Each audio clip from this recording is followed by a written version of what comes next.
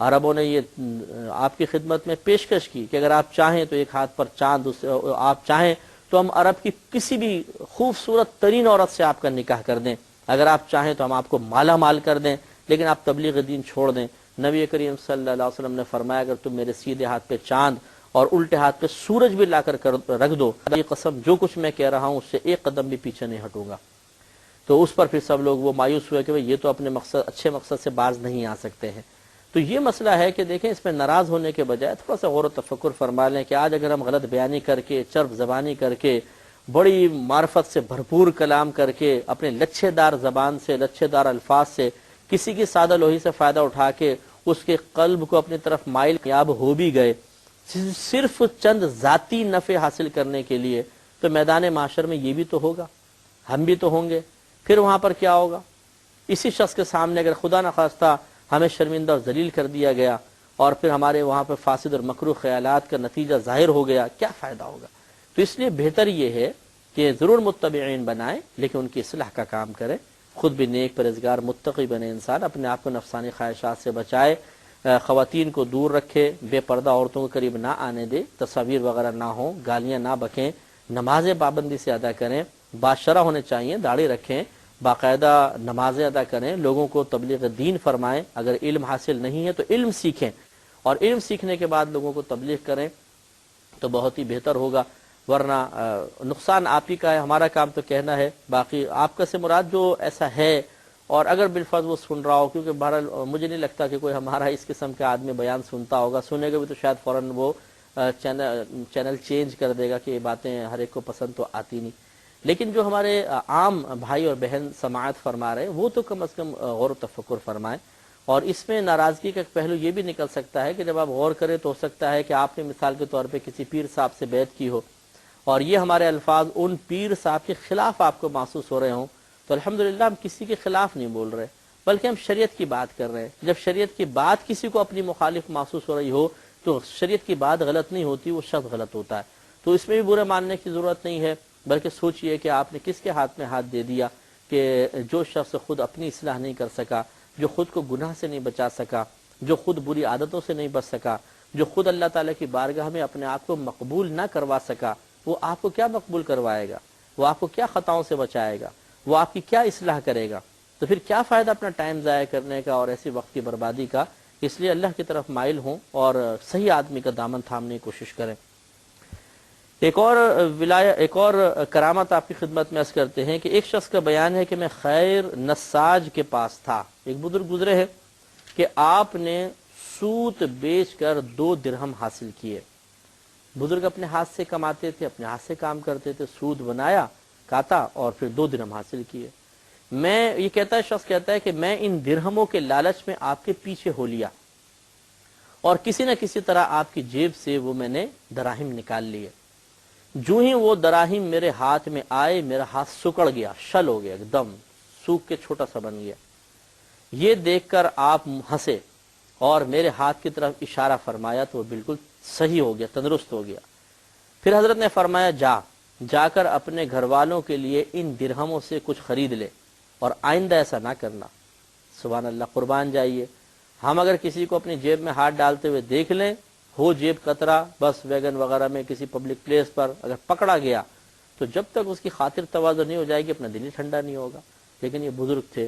آپ نے بطریق ولایت اس کا ہاتھ سکیڑ دیا، پھر ٹھیک بھی کیا، اور پھر آپ جانتے تھے کہ ہے تو یہ تنگ دست، طریقہ غلط اختیار کر رہا ہے، تو آپ نے اس کو پیار اور محبت سے سمجھا کر درہم بھی انہیں اسی کو دے دیے اور پیار سے سمجھا دیا۔ تو یہ آپ کی بہت بڑی کرامت ہے، اور یہ اللہ تعالیٰ کی طرف سے اصل میں اپنے ولیوں کی حفاظت کا انتظام بھی ہوتا ہے، کہ اسی لیے آپ دیکھیں گے کہ اللہ کے ولی جو ہے انہیں کوئی خوف نہیں ہوتا، کوئی غم نہیں ہوتا، وہ بے فکر ہو کر ہر جگہ چلے جاتے ہیں، انہیں کوئی ڈر نہیں ہوتا۔ موت ہی آئے گی زیادہ سے زیادہ، وہ کہتے ہیں ہم گلے لگانے کے لیے تیار ہیں، اللہ تبارک و تعالیٰ کی بارگاہ میں پہنچیں گے، اللہ کی زیارت ہوگی، ہمارے روح عرش الہی کے تحت بارگاہ الہی میں سجدہ ریز ہوگی، کتنی بڑی سعادت کی بات ہے۔ تو وہ اس چیز کی پرواہ نہیں کرتے ہیں، کوئی ڈر خوف موت کا ان کے دل کے اندر نہیں ہوتا ہے، تو یہ ایک بڑی بات ہوتی ہے۔ تو اور پھر اللہ کی طرف سے ان کی غیبی امداد بھی ہوتی ہے جس طرح ان بزرگ کی ہوئی۔ تو ہمیں چاہیے کہ ایسے اچھے بزرگوں کے ساتھ تعلق اپنا قائم کریں۔ رسالہ قشیریہ میں ہی ہے، اور ایک گمنام اللہ کے ولی کے بارے میں یہ واقعہ ہے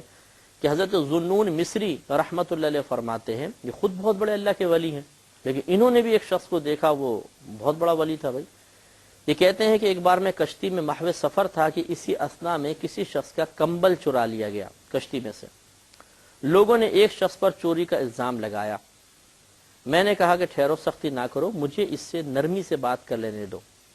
انہوں نے اشارہ کیا کہ وہ ہے جس پہ میں شک ہے۔ تو یہ کہتے ہیں میں نے دیکھا کہ ایک نوجوان تھا جو چادر اوڑھے سویا ہوا تھا۔ میں نے اسے آرام سے اٹھایا۔ اس نے چادر سے اپنا سر نکال کر معاملہ دریافت کیا۔ میں نے اس سے چوری سے متعلق بات کی کہ بھئی یہ ان کو شک ہے کہ آپ نے کچھ کارروائی تو نہیں کی۔ اس نے جواب میں کہا کہ کیا آپ یہ سمجھتے ہیں کہ چوری میں نے کی ہے؟ پھر اس نے اللہ تعالیٰ کی بارگاہ میں عرض کی کہ یا الہی، میں تجھے قسم دیتا ہوں کہ سمندر میں جس قدر بھی مچھلیاں ہیں سب ہیرے جواہرات لے کر اوپر آ جائیں۔ ذوالنون مصری رحمۃ اللہ علیہ کہتے ہیں کہ ہم نے دیکھا کہ سمندر کی سطح پر مچھلیاں ہی مچھلیاں نظر آ رہی ہیں اور ان کے منہ میں موتی تھے۔ اس کے بعد اس شخص نے اپنے آپ کو سمندر میں ڈال دیا، گرا دیا، لیکن ایسا نہیں کہ سمندر کے اندر چلا گیا۔ کہتے ہیں پھر ہم نے دیکھا کہ وہ پانی پر چلتا ہوا ساحل پر جا پہنچا۔ تو غور فرمائیں کہ ہم جیسے لوگ ہوں، اگر ہمیں کوئی ایسا شعبدہ، یہ تو خیر کرامت تھی نا، ہمیں کوئی شعبدہ بھی حاصل ہو جائے تو جان بوجھ کر اسے دکھائیں گے تاکہ لوگ کہیں ارے آپ ایسا شعبدہ دکھا رہے ہیں، واہ واہ، اور ہمارے گرد جمع ہو جائیں، مرکز نگاہ بن جائیں، پبلک کے درمیان نمایاں ہونے میں بڑا مزہ آتا ہے۔ اور کسی کے پاس کچھ نہیں بھی ہوتا نا تو وہ چیخیں مار مار کے لوگوں کو اپنی طرف مائل کر کے خوش ہوتا ہے، ہو ہاں کرے گا تو سب لوگ دیکھیں گے، اس کو اس میں مزہ آتا ہے کہ کم از کم ایک لمحے کے لیے تو متوجہ کر لیا۔ تو یہ لیکن ہمارے بزرگوں کی عادت کیا تھی کہ اللہ نے اتنے بڑے بڑے انعامات دیے ہوئے لیکن اپنے آپ کو چھپا کر رکھا ہوا ہے۔ کتنی بڑی کرامت، اتنا اللہ کی بارگاہ میں مقام وجاہت کہ ایک دعا فرمائی، سارے سمندر کی مچھلیاں باہر آ گئیں اللہ کے حکم سے۔ یہ کوئی بڑی چھوٹی کرامت تو نہیں، اور پھر پانی پر چلنا، سمندر پہ چلتے ہوئے ساحل تک پہنچ جانا، یہ اس سے بڑی کرامت، ایک عظیم کرامت۔ تو معلوم یہ ہوا کہ اللہ کے ولی اپنے آپ کو پوشیدہ رکھتے ہیں، وہ بڑھ کے نہیں مارتے، بڑی بڑی باتیں نہیں کرتے، اونچی اونچی معرفت کی باتیں، بڑے بڑے زبان سے کلمات نہیں نکالا کرتے، بڑے عاجزی پسند ہوتے ہیں اور اپنے آپ کو چھپا کر رکھتے ہیں۔ حضرت ابراہیم خواص رحمۃ اللہ علیہ کا ایک واقعی بھی رسالہ قشیریہ میں ہی ہے، اور یہ حضرت ابراہیم خواص رحمۃ اللہ علیہ کی کرامت بھی ہے۔ کہتے ہیں کہ ایک بار میں جنگل میں سفر کر رہا تھا تو میں نے ایک عیسائی کو دیکھا کہ اس کی کمر میں زنار بندھا ہوا ہے، ایک سمجھ لے پٹا سا ہوتا تھا جو عیسائیوں کی علامت تھا اس زمانے میں، مذہبی شعار جیسے آج سلیب ہے۔ اس نے مجھ سے درخواست کی کہ میں اسے اپنے ساتھ رہنے دوں، بھئی میں بھی سفر کرنا چاہتا ہوں، مجھے ساتھ رکھ لیں۔ تو یہ کہتے ہیں کہ میں نے منظور کر لیا۔ انشاءاللہ اس واقعے کو عرض کریں گے، ابھی ٹائم چونکہ کلوز ہے، کم ہے تو ان شارٹ ہے، تو انشاءاللہ عز و جل نیکسٹ پروگرام میں ضرور اس واقعے کو کمپلیٹ کریں گے اور مزید کرامات بھی عرض کریں گے۔ وآخر دعوانا ان الحمدللہ رب العالمین۔